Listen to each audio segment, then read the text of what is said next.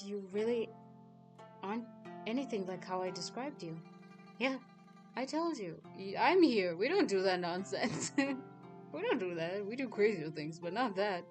And we do it right. And I'm glad for it.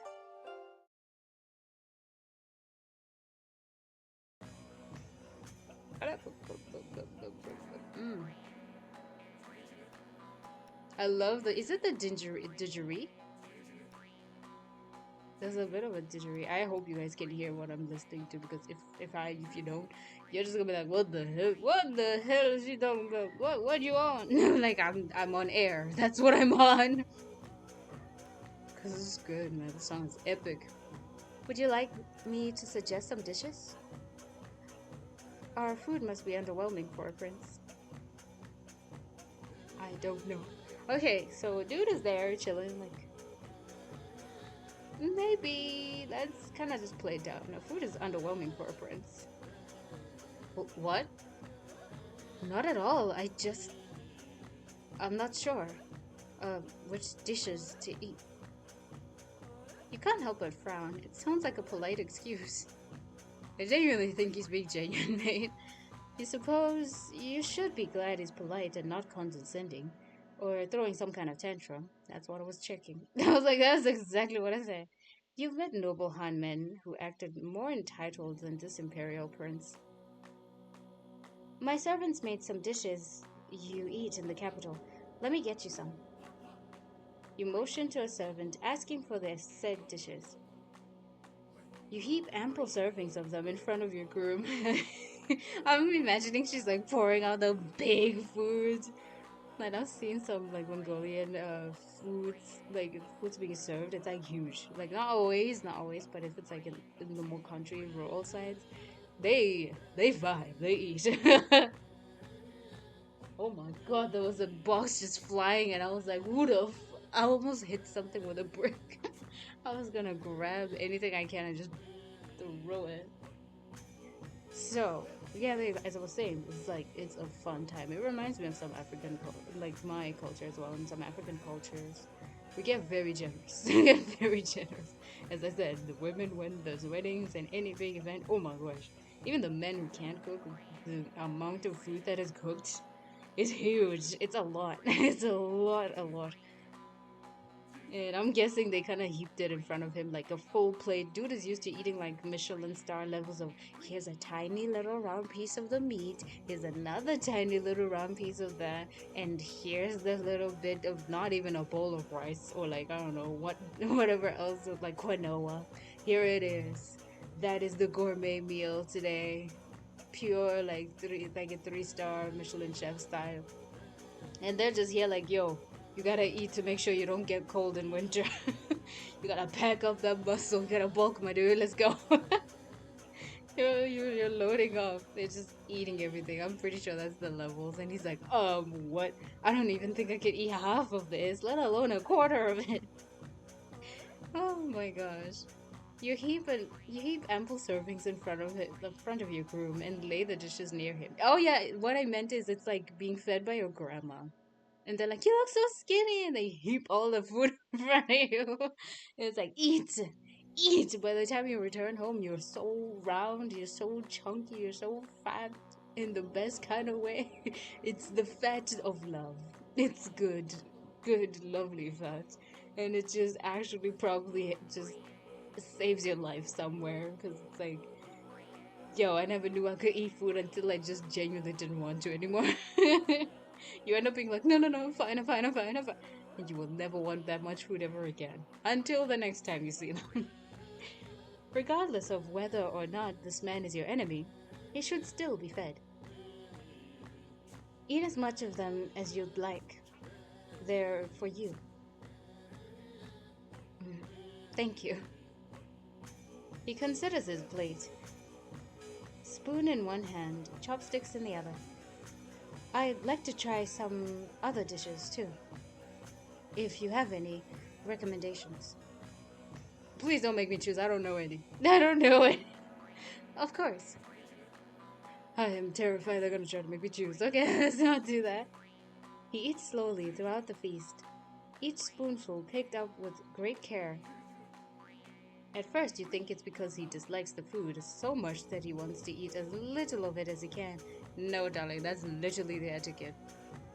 But you don't spy a grimace or uncomfortable gulps. He doesn't chew for ages, and he doesn't spit anything into a handkerchief. He just reaches for things slowly, one at a time, and when they're close to him. And only when they're close to him.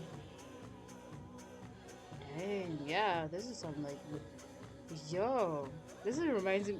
The closest thing I know is like some history lessons. There's like pure, like legit etiquette that happened in royalty, especially in China, even everywhere in the world. There's specific ways of eating, but like Chinese royalty, it hit different. Like it's so much stuff. It's so many rules. It's so intense, man. Even I would not enjoy food at some point. I'm like, you have to eat like super gracefully, super slowly, or like not even just as a mean thing. It's like for their health, and it's kind of just taking away from them sometimes the joy of hey, it's food. It also, I do understand in the sense of you don't want to look sloppy in front of people. You're trying to make an impression. For instance, you're trying to save your nation from a war, so I get that. And then the one thing I don't understand is like even in your private chambers, as you know, as it is your own house, you would still have to live with those rules so intensely. It's to ingrain it so much that you don't forget it. I respect it. I really do. It's really cool and elegant. And I also really do feel sad for them because, as is with any like culture and royalty involved with it, it has its perks and it has its like, oh, I don't like that. Even from the people who were born in the bloodlines and such, they're built different. I think I've met some people who were royalty, and I was not. I was not on the same level as them because, as you can see, I live. I live. I live. That's all I am. I do what I want when I want. And yeah, some of them you can see like the restrictions does get to them after a while. And they just can't relax at some point.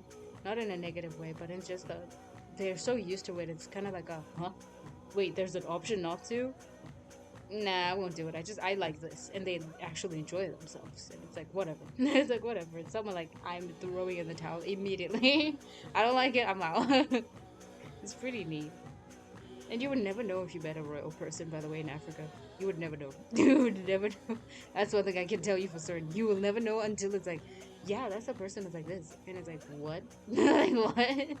There's some levels of Cinderella. You just met somebody and they left. And it's like, oh, yeah, no, it was just a dude who needed some help with, like, I don't know, the store. And you just helped out and you left. There's no weird romance on it as well. It's like, you just helped and then they're like, yo, this is like a VIP person. You shouldn't do that. And it's like, oh, okay. Perhaps it's shyness. Or perhaps he fears you'll poison him at your own wedding. That was very intense and like not just the Han culture and such, but it's a lot. It tends to happen a lot apparently like in history. It's too many times. I'm amazed at some of those stories. They sound unreal. You seem grateful every time you add. Oh, he seems grateful every time you add something to his bowl, though. Though he eats everything you give him. Oh, is dude okay? You can't help but smile when you get the thought that he's something of a well-behaved pet.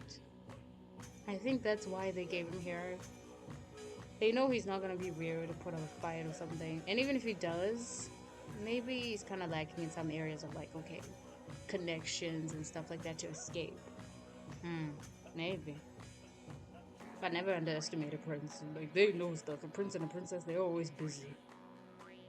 When you serve him alcohol, he considers his cup with hesitation. His fingers placed on the rim. Has he never drank before? You don't need to drink, man.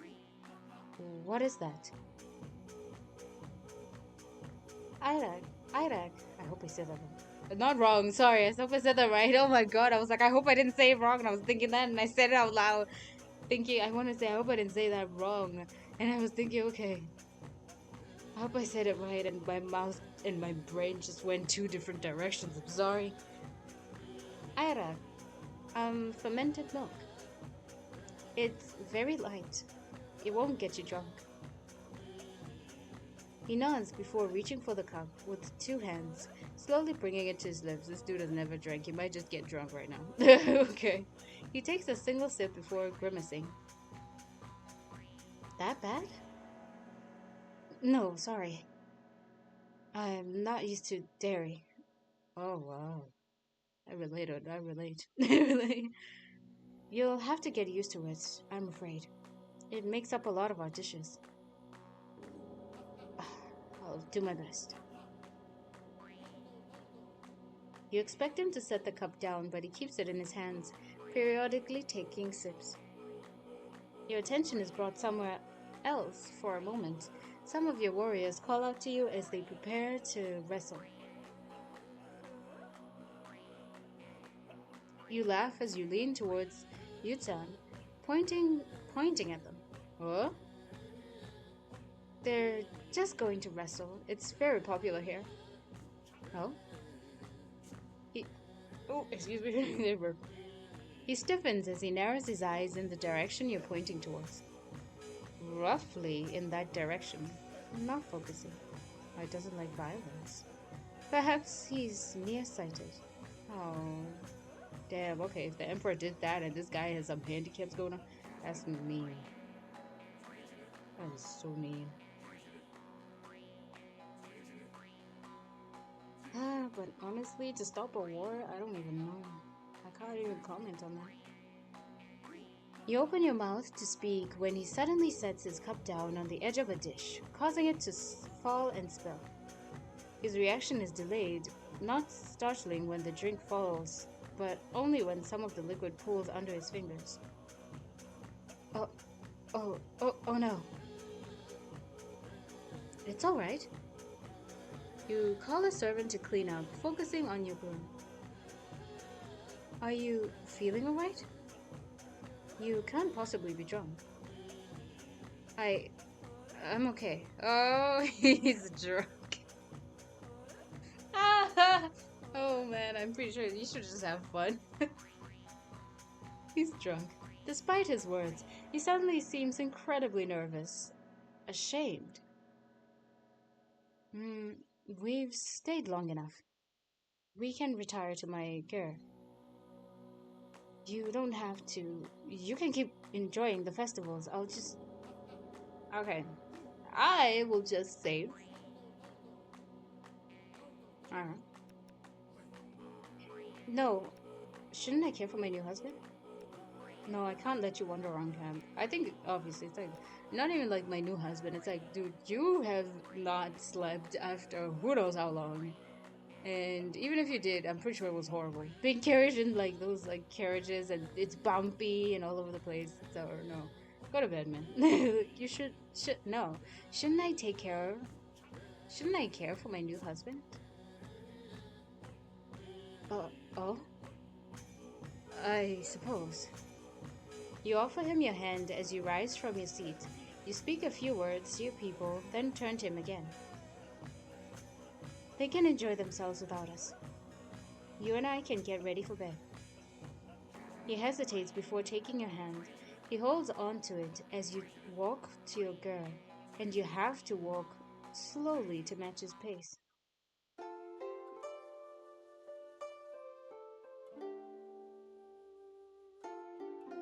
We were turning up before. This is lovely. Shift of pace. Okay, lovely music. This is really cool. The art is so cool, man. I love it. Even outside, it's so cool. I didn't say much, but it really is. He holds your hand. He holds your hand once you're inside, only letting go of it after a moment passes. Okay. I guess he feels like safe with us. That's really cool. Some servants have already brought your belongings here. You must be dying for a bath. Should I ask them to bring a tub and hot water? He flusters, taking a step back. Do I smell bad? No. But my standards might be different from yours. I'm used to cattle and battlefields, not whatever you have in the Imperial Palace. You regret your words as soon as you speak them. Which means you might be stinky, but I just don't smell it. You know, I've seen worse. I've dealt with worse. That's weird. How shabby your girl must seem compared to the palace he was raised in. How awful your way of life must appear. You've never set foot in the capital, but you've been to some cities for trade.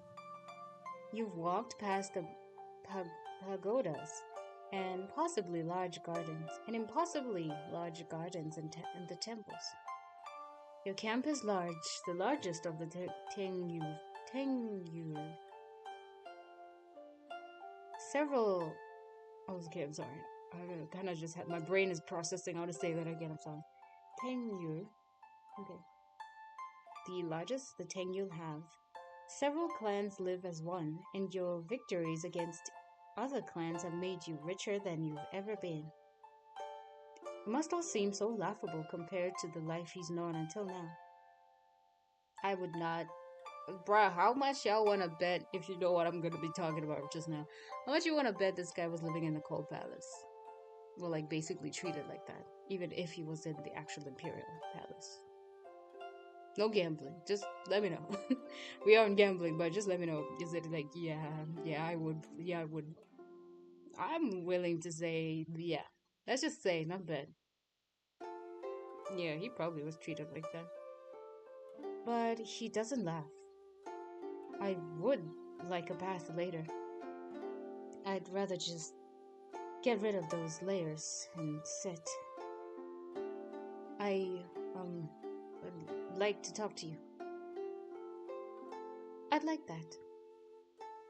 Both to get rid of my own layers and talk, I mean. You take a step away as you motion to a screen behind him. Your luggage is over there. You can change behind the screen.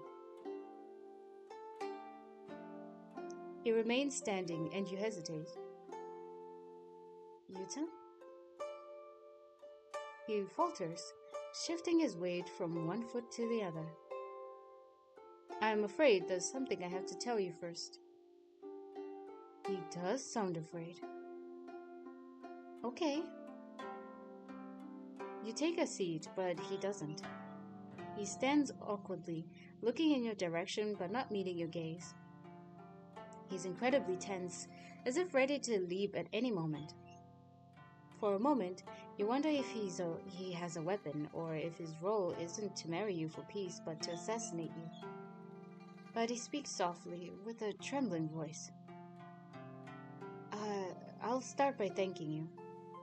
I understand you've had as little choice in this as I have. Perhaps less so, considering your duties and what you must do for your people. And being a girl. Basically, yeah, he's kind though. He's thoughtful. You've been kind, regardless. I'm thankful. I'm grateful. He breathes in and out, and the gravity of it all makes you expect an earth-shattering revelation. Maybe he's not even the prince. You didn't speak to his attendants after all, and never saw a portrait. Yo, that's intense. What kind of levels of blind dating is this? Not even dating, this is like blind marriage. What?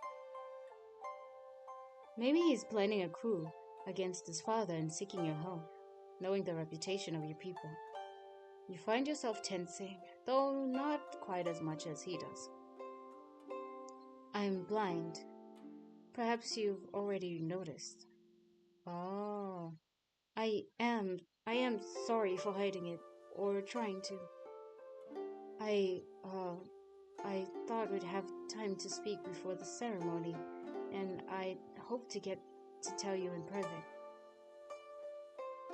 And there I was being like, look at the detail of his eyes. Okay, alright, let's go. It's okay. It wasn't my intention to trick you, or to lie to you. You have no doubt he means that. Sorry. Not gonna lie, I love the turn up, the song before, but this one playing right now is my speed. It genuinely so peaceful and so cool. I relate to Mr. over here. I also would be like, dang, y'all are loud. I like it, but it's like, okay, I gotta go now. Trying to hide it must have been stressful. You should have just said so. Oh, I hope this is not mean. Like, I really want to say, oh, it's alright. He could have just said so. Trying to hide it must have been so stressful. I think that's one. If this stressful one isn't normal. Oh, I clicked it. Okay, so it is. I want to say the other one, and I can't go back. It was. I want to say he should have just said so. Cause I'm like, yeah, mate, just say so. Why don't you say so? I should have, but I wanted the carriage to be gone first, in case you might send me back. Oh. He says this without a hint of humor. You're not sure if you're more surprised that he thinks you'd do so, or that he doesn't want to be sent back. Oh, okay. Oh, oh, I just want to give him a hug. He's so sweet. Okay, trying to hide it must have been so stressful, yeah. I wanted to know what the other one would leave. Just that's my choice. Trying to hide it was been so stressful. Oh, it was. It was terrible. I'm sorry if I appeared standoffish. Most of my brain was occupied trying not to trip or bump into something. You did really well, considering that. You rise from your seat to pull a chair closer to him. You should sit. Oh, thank you. You bring your chair closer to him. And do you have no vision at all? I can see blurry colors. It's all vague and blends together, but it's better than nothing. Your people like wearing bright colors. It's helpful, actually. Your blue garb makes it easy to stay by your side. The sweetness of the statement is quickly undercut by what follows. I'm sorry that you'll need to assist me. I'm sure that it's not what you wanted from a husband. His need to apologize repeatedly is starting to feel uncomfortable, like you're some sort of villain he must appease, and he's a victim. That's the system he was raised in, mate. Oh. He might very well be one, or at least feel like he is, but you don't want to play the role of the cruel spouse. It is an unfair role to be forced in when you've done nothing wrong. Yuta, I'm missing an eye. You. Ah. His own eyes widen, perhaps to seek the dark color of your eye patch. I am. No one has told you? No. Are you really? He raises a hand as if to reach out, then stops himself. Oh, it's okay. He can see, so he has to. And if he's lying to us, but that's not a good thing to lie about. Don't do that. You take his hand and let him feel your eye patch. Yeah. He needs to see. So he knows it's all good. He almost withdraws when your hand first make contact. He relaxes and allows you to guide his hand. His fingertips are light against your eye patch, tracing its surface. They move downwards, finding one of your scars, following it down to your cheek. It must have hurt. You don't answer, focusing on his hand as it explores your face. He stops when his thumb reaches your lips, lingering for a second, then quickly withdrawing his hand. Aww. Thank you. I swear if you can see it, you're in trouble. But I think he's not. He's not. You lean back, considering your words. Everyone here assists me in various ways. Servants lay my food and cutlery closer to my right so I can see them. My friends don't stand to my left when we talk. My warriors make sure I have more men on my left to make up for my blind spot. No one here would mind assisting you too. And if anything, they would be really upset at that emperor. They would be like, how the fuck could you do this? What is wrong? I feel like it would be so much more like compassion towards them. Yeah, we're good, man. You shouldn't worry. If he stayed and if he became more trusted, He looks away, turning his gaze to some furniture. I wonder how he perceives it, how he avoids stumbling into everything without any aids for help. If you thought he'd feel powerless as a prince in foreign steps or steeps, he must feel even more lost in his blindness. An entirely new place to learn how to navigate, new paths to memorize, new voices, a foreign language to identify. Viewing him as a spy becomes more and more difficult. Was that his father's plan? You wonder. He speaks out quietly. How did you lose your eye? You battled, defending the camp against... it says you. In battle, defending a camp against a raid. Against his people. He likely knows that. Then we're not the same. An illness took mine. I'll most likely be completely blind in a few years. Aww. It's so sad. I'm sure you've had your own battles in the past. His eyes widen again, and he's silent for a moment. I'm not people pleasing right now, guys, if you're wondering. I actually genuinely answer. This freaking cardboard man. Like, it's out here just doing things. I suppose I have. You're very kind to say so. Well, it's true. He turns away before you can speak again, and you get the feeling the conversation is overwhelming him. Now that you know about my troubles, can you help me take off my outer layers?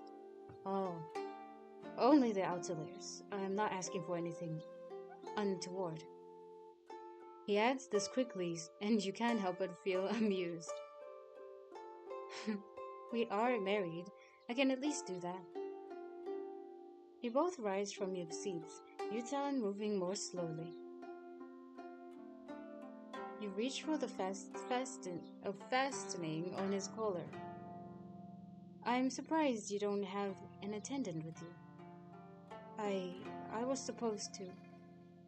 He traveled here with me, but he didn't stay. What? Why?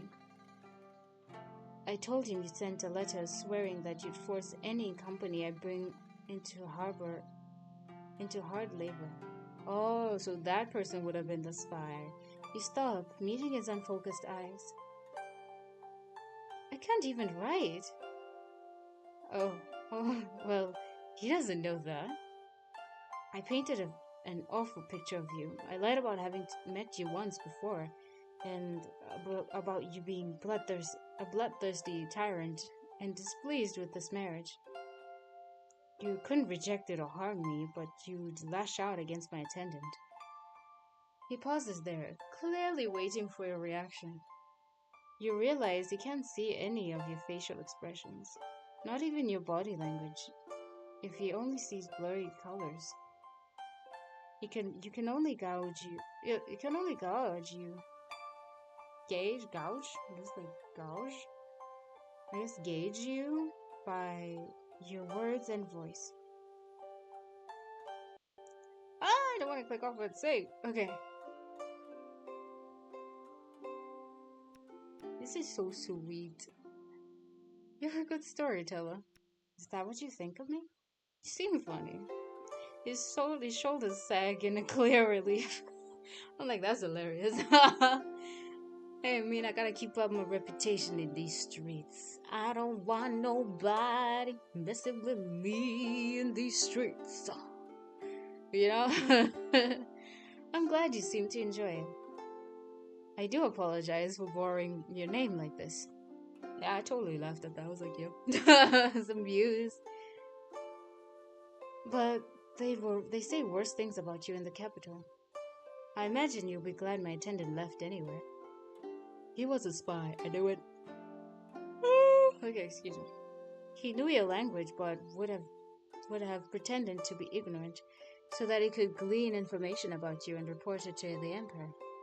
He pauses again, and you can tell he's holding his breath. How unnerving it must be not to be able to see your own face. Okay. Solve it as usual. There's a lot of saving in this. Then I thank you. So he's a spy and you aren't? Thank you. Thank you. You really aren't anything like how I described you. Yeah, I told you. I'm here. We don't do that nonsense. We don't do that. We do crazier things, but not that. And we do it right. And I'm glad for it. You remove his belt and help him out of his jacket. He's quick to withdraw once it's off. Thank you. I can remove the pants by myself. Oh. Alright. He steps away, clearing his throat. You decide to give him privacy, stepping further to the other side of the gear to remove your own layers. Yours are easier to remove than Yutan's. Fewer hidden, fancy fastenings. You're not surprised he couldn't remove it himself. You return to the center of your gear before Yutan does, sitting on a pillow by the central stove.